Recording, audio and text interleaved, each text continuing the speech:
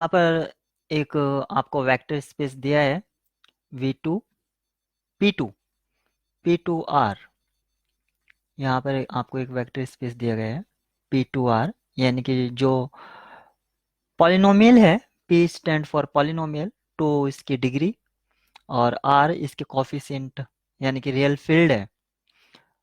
At most degree 2 with real coefficient and M2R with a vector space of 2 by 2 real matrices। यहाँ पर ये दे रखा है। If a linear transformation T P2R to M2R, यानी कि matrix में ये कन्वर्ट करता है ये लीनियर ट्रांसफॉर्मेशन 2 by 2 मैट्रिक्स में, और यहाँ पर टी में अगर कोई एफ यानी कि फंक्शन रख दें। फंक्शन का मीनिंग यहाँ पर बेसिकली पॉलिनोमियल्स रखेंगे, तो क्योंकि यहाँ पर ये पॉलिनोमियल है इसका डोमेन, तो अगर वो फंक्शन रखे तो उस पर जीरो, फंक्शन के 0 पर वैल्यू माइनस फंक्शन के 2 पर वैल्यू और फंक्शन के 1 पर वैल्यू, इस तरह से ये हमें एक मैट्रिक्स यानी कि इसकी इमेज देता है। किसी फंक्शन का इमेज ये आता है, तो आपको बताना है कि टी 1 1 होगा या ऑन टू होगा, या टी की जो रेंज है वो इन दो वेक्टर से स्पैन हो जाएगी। इन दो वेक्टर से स्पैन होगा रेंज, यानी कि ये जो दो मैट्रिक्स हैं इस पूरे मैट्रिक्स स्पेस को जनरेट कर देंगे, या नल टी यानी कि नल स्पेस ऑफ टी ये होगा। तो हमें ये बताना है। तो सबसे पहले इस क्वेश्चन को करने के लिए हमें क्योंकि लीनियर ट्रांसफॉर्मेशन है तो हमें उसके करस्पॉन्डिंग मैट्रिसेस चाहिए। तो हम मैट्रिसेस निकाल लेते हैं। तो हमें पहले इसका बेसिस पता होना चाहिए और इसका बेसिस पता होना चाहिए। इसका स्टैंडर्ड बेसिस है क्योंकि ये पॉलिनोमियल है सेकंड डिग्री, तो 1x एक्स स्क्वेयर, इसको मैं बीटा 1 बोल देता हूँ, और इसका बेसिस बीटा 2, यानी कि अगर कोई ए बी सी डी अगर मैट्रिसेस है तो उसका आप समझ ही सकते हैं कि उसका बेसिस क्या होगा। तो एक एक एंट्री छोड़कर, यानी कि पहले ए को ले लेंगे बाकी सारी एंट्री जीरो, फिर बी को बाकी सारी एंट्री जीरो, तो इसका होगा 1 0 0 0 बेसिस 0 1 0 0, फिर थर्ड पोजीशन पर 1 ले लेंगे यानी कि सी की पोजीशन पर, और फिर 0 0 0 1। ये हमने बेसिस हो गया मैट्रिसेस M2R, यानी कि जो यहाँ पर वेक्टर स्पेस है। अब हमें मैट्रिसेस फाइंड करना है बीटा 1 से बीटा 2। तो कैसे फाइंड करेंगे? बीटा 1 यानी कि ये वैल्यू रखेंगे और इसी के फॉर्म में रखेंगे।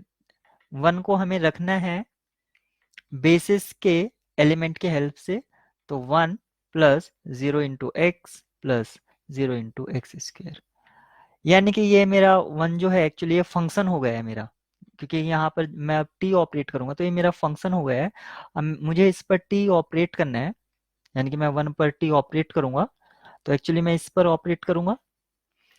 तो ये मेरा फंक्शन है, यानी कि फंक्शन जो है एफ एक्स इक्वल टू 1, आप ऐसे समझ सकते हैं, यानी कि कांस्टेंट फंक्शन है। इसमें 0 रखूंगा तो भी 1, क्योंकि यहाँ पर हमें जो दे रखा है f0, यानी कि 0 रखने पर भी 1, 2 रखने पर भी 1, तो 1 माइनस 1 यहाँ पर आ जाएगा 0, यहाँ पर पहले से 0 है, यहाँ पर 0 है। f1 1 पर तो ये 1 है ही, तो ये आ गया। ये मेरा इमेज आया, लेकिन इमेज को मुझे इस बीटा 2 यानी कि ये जो यहाँ पर दे रखा है इमेज सेट को, यानी कि जो इमेज आई है उसके करस्पॉन्डिंग, उसको मुझे इस बेसिस के जो यहाँ पर दे रखा था उसके हेल्प से लिखना है। तो इसको हम कैसे लिख पाएंगे इसके हेल्प में? तो ये आपका हो जाएगा ठीक 0 इंटू ये matrix plus 0 into this matrix plus this और फाइनली दिस, क्योंकि ये वही मैट्रिक्स है। तो एक्चुअली जो मेरी पहली एंट्री होगी वो होगी 0 0 0 1। मुझे मैट्रिक्स मिल गया है टी के करस्पॉन्डिंग इस तरह से। अब मैं इसमें दूसरी एंट्री को पुट करूंगा x, यानी कि एफ एक्स इक्वल टू 1। यहाँ पर एफ एक्स इक्वल, सॉरी 1 नहीं, x, यानी कि जो identity matrix, sorry identity function इसको समझ सकते हैं। तो 0 पर 0 और 2 पर इसका 2 वैल्यू, तो 0 माइनस 2, तो -2 आ जाएगा। -2, यहाँ पर 0, यहाँ पर 0, और f1 यानी कि 1, ये मेरा हो गया है। अब इस मैट्रिक्स को मुझे ये जो बेसिस दे रखा है इसके हेल्प से लिखना है। तो मैं कैसे लिख पाऊंगा? -2 पहली एंट्री को, और फिर मैं यहाँ पर 1 0 0, ये वाली मैट्रिक्स हो जाएगी 1 0 0 0 प्लस 0 टाइम्स सेम ये वाला दूसरा मैट्रिक्स ले लेंगे। ऐसे ही आपका तीसरा मैट्रिक्स हो जाएगा ये 0 टाइम्स, और ये 1 यानी कि लास्ट वाली मैट्रिक्स 1, ये हो जाएगा। तो अब आप देख सकते हैं -2 0 0 1, तो -2 0 0 1, ये मेरा सेकंड कॉलम आ गया है। ऐसे ही मुझे यहाँ पर एक्स स्क्वायर पुट करना है, एक्स स्क्वायर। तो जब मैं इस पर टी ऑपरेट करूंगा तो ये क्या हो जाएगा? तो ये मेरा 0, ये भी 0, यहाँ पर ये 1। अब मैं जब इस पर एक्स टी ऑपरेट करूंगा, यानी कि यहाँ पर इसमें देखूंगा, तो F X equal to X square है। तो सबसे पहले 0 रखेंगे तो 0 वैल्यू हो जाएगी, फिर 2, तो 2 पर वैल्यू 4 हो जाएगी, तो 0 माइनस F2 यानी कि 4, 0 माइनस 4 यानी कि -4 आ जाएगा। तो जो मेरी एक्चुअल में मैट्रिक्स आएगी -4 0 0, और F1 यानी कि यहाँ पर 1 पुट करेंगे तो 1 वैल्यू आ जाएगी। अब ठीक इसको भी मुझे जो ये इमेज मिला है इसको बेसिस के एलिमेंट की हेल्प से लिखना है। तो आप देख सकते हैं -4 0 0 और आखिर में 1 आएगा, तो -4 0 0 1। तो इस लीनियर ट्रांसफॉर्मेशन के करस्पॉन्ड मुझे मैट्रिक्स मिल गई है। अब यहाँ पर देख सकते हैं एक ये नॉन जीरो एंट्री है, सॉरी रो है, एक ये नॉन जीरो है। तो इस मैट्रिक्स की जो रैंक है वो 2 है, तो इसकी जो नलिटी होगी, नलिटी वो क्या होगी? 1 होगी, क्योंकि रैंक हमें क्या बताती है? Number of non zero columns या पाइवेट पोजीशन। तो एक पाइवेट पोजीशन ये रहा आपका, एक ये रहा, 2, और इसमें एक फ्री है।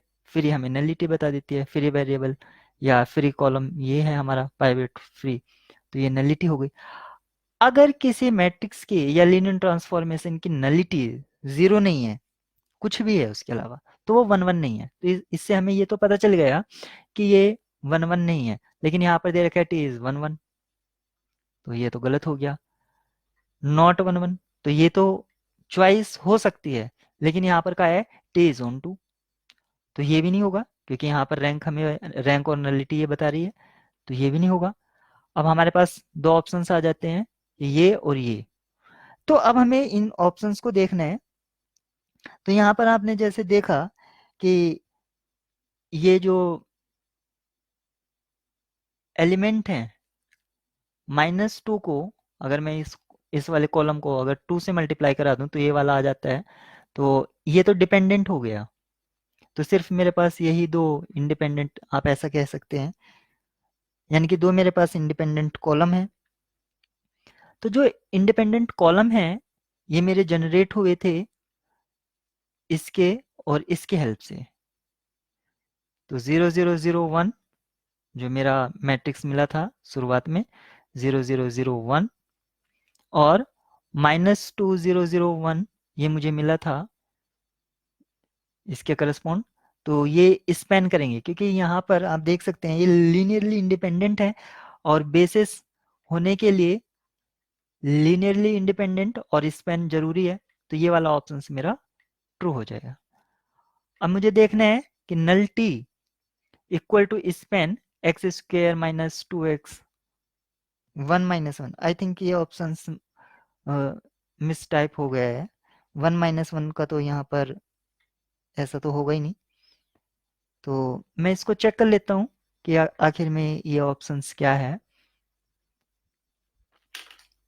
क्वेश्चन पेपर खोल लेता हूं मैं।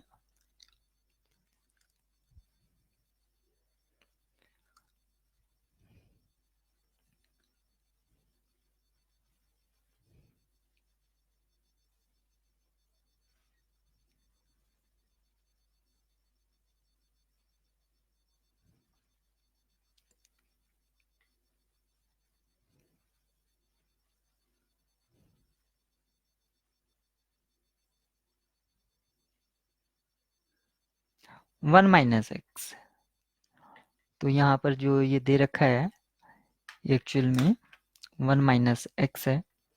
तो आप देख सकते हैं यहाँ पर इस तरह से कोई भी जो एलिमेंट है वो नल्टी को स्पेन नहीं करेगा। नल्टी का मीनिंग है कि अगर आप ये दो जो वेक्टर्स आपको दे रखे हैं, पूरा नल स्पेस इससे जनरेट नहीं होगा। इसका आप नल स्पेस निकाल सकते हैं, यानी कि वो सारे पॉलिनोमियल जिसको इस लीनियर ट्रांसफॉर्मेशन में पुट करने पर जीरो वैल्यू देते हैं, यानी कि जीरो मैट्रिक्स। तो इन दो से नहीं होगा तो आप चेक कर सकते हैं फर्दर, तो ये ऑप्शन भी हमारा डिस्कार्ड हो जाएगा। तो हमारा यहाँ पर जो करेक्ट ऑप्शन है वो सिर्फ सी है।